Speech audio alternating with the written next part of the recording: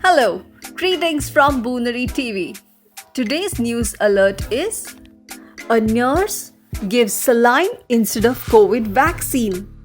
The nurse who was responsible for administering COVID vaccine fraudulently changed the COVID vaccine vial and replaced it with a saline solution.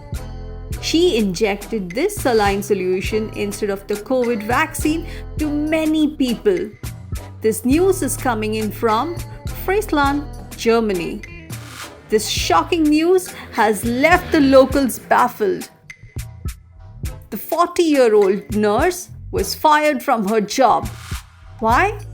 Because it is suspected that she may have injected people with a saline solution instead of the COVID vaccine.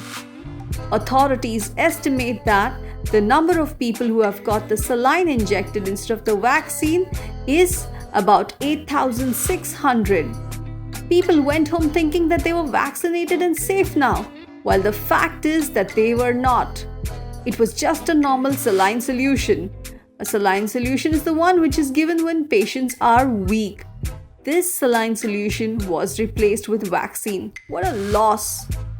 Authorities in Germany have appealed to thousands of people to get another shot of COVID vaccine. The nurse's identity was not disclosed by the hospital, but she is now facing legal action. Her lawyer said that in the month of April, the nurse had admitted making a mistake while administering the vaccine dose. She had dropped a vaccine vial on the floor. She panicked after breaking the vaccine vial, and out of fear of dismissal, she filled the vial with saline solution to dilute it and gave the saline to 6 people. She tried to cover up the fact that she had done so because she wanted to continue doing her job. Initially, it was believed that just 6 people were given the saline solution in the months of March and April.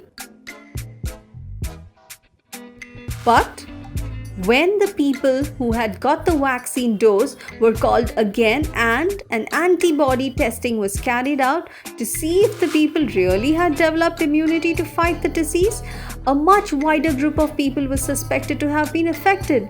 Police investigations revealed that the number of people affected was more than 8,000. Many of those affected were aged over 70, a high-risk group in the pandemic. The police have also discovered that the nurse had shared vaccine-skeptical posts on social media. This raised more suspicion on the nurse. Police are not ruling out that a political motive could have promoted the nurse's action, and the case is still being investigated. After the news of this incident came to light, many people were panic-stricken. Approximately 3,600 affected people have made new vaccination appointments, and the contact information helpline number started receiving numerous calls for inquiries of repeat vaccine dose. Around 2,000 more people contacted them. We hope everyone gets the right dose of vaccine and stays safe.